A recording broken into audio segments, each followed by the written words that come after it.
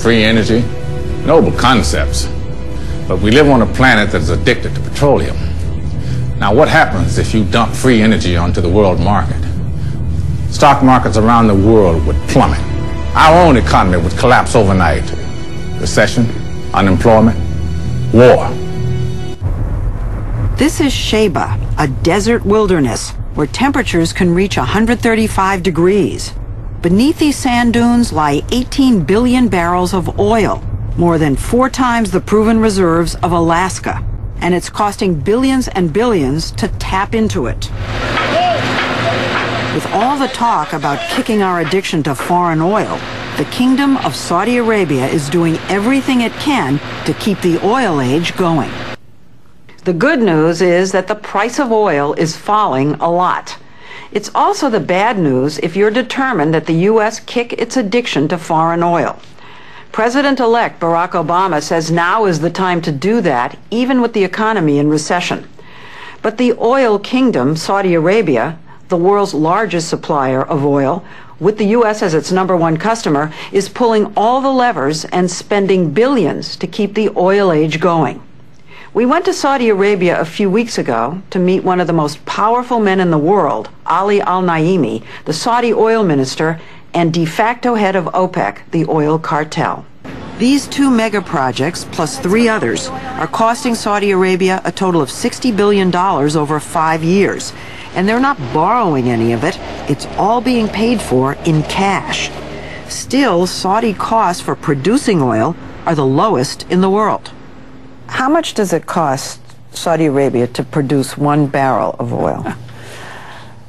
This is an excellent question. It is very small, very little. It's probably less than $2 to produce a barrel. Saudi Arabia reportedly needs to sell oil for at least $55 a barrel to cover the cost of running the country. Fossil fuels finance 75% of its entire domestic spending budget. But oil has sunk below that break-even price. So you're saying if the price goes too low, then production will fall, and in the end we'll be squeezed. We won't have enough oil to run our country. The price will skyrocket. What he wants is an end to the wild swings in price, which is why, to keep the price from further plummeting, he agreed to a cut of 1.5 million barrels a day in the October meeting of OPEC, the oil cartel. The point is that Saudi Arabia wanted the 1.5. But are you saying that Saudi Arabia influence on OPEC? Influence so strong now that he was able to quash Iran's attempt to double the price of oil, which Tehran needs to support its budget. The Saudis recently announced the price they would like to see oil selling for, $75 a barrel, about 50% higher than the current price. Are they trying to keep the U.S. addicted to oil? Saudi Aramco was originally an American company. It goes way back to the 1930s when 2 American geologists from Standard Oil of California discovered oil in the Saudi desert. Standard Oil formed a consortium with Texaco, Exxon, and Mobil, which became Aramco. It wasn't until the 1980s that Saudi Arabia bought them out and nationalized the company. Today, Saudi Aramco is the custodian of the country's sole source of wealth and power. Saudi Aramco is a massive complex along the Persian Gulf, hundreds of miles east of the mega projects. Over 16,000 people work here at the company's compound, which is like a little country, with its own security force, schools, hospitals, even its own airline. Abdallah Juma is president and CEO of Saudi Aramco. So this is your headquarters. This is our headquarters. And how big is Aramco? Saudi Aramco is the world's largest oil producing company. And it's the richest company in the world, worth, according to the latest estimate, $781 billion.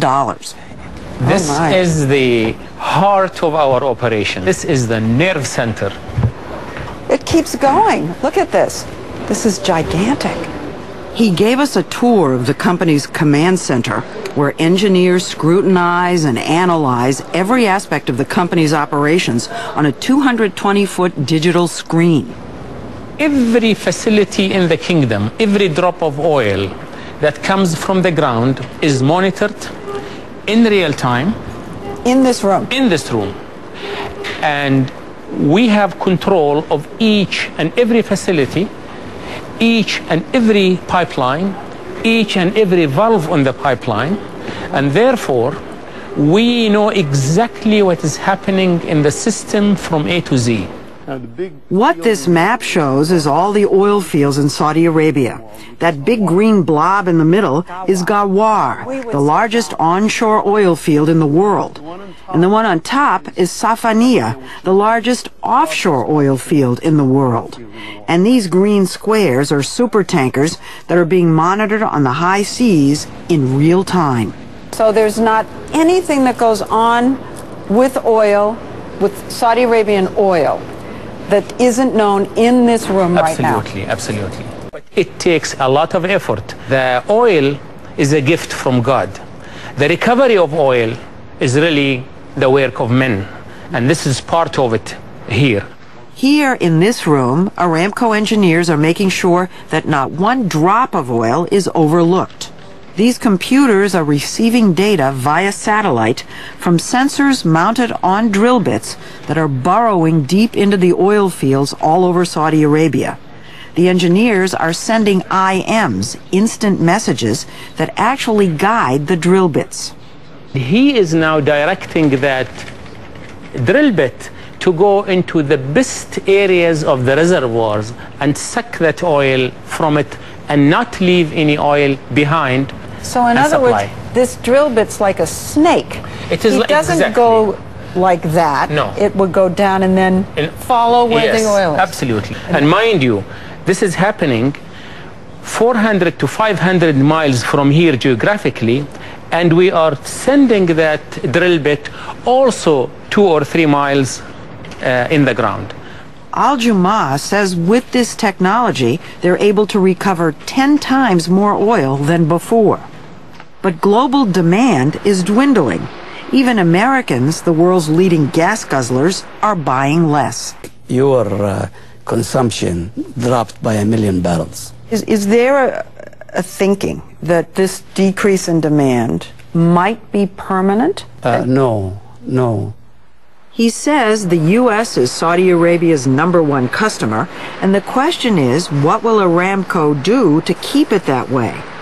One thing is discourage the move toward electric cars. Is it Aramco's hope to prevent a switch away from oil? Somebody said the country is the oil business. I mean, you absolutely need to do this for your own survival. And what's wrong with that? What is good for the well-being of Saudi Arabia should be good for the well-being of the world too. We don't have the alternatives today. Yeah. If there are alternatives, be my guest and come and bring them in. But they are not there. When new technology comes in existence, there's a great resistance to it because it can affect a lot of economic factors. In this particular case in the United States, we pay out roughly about $200 billion a year for foreign oil. It's quite obvious that the Arabs would pay $200 billion to try to keep this type of technology out of the economy. And many times over the last decade, I have been offered enormous amounts of money to simply sell out or to sit on it. The Arabs offered me well over $1 billion cold cash, simply to sit on and do absolutely nothing with it. My life has been threatened many times.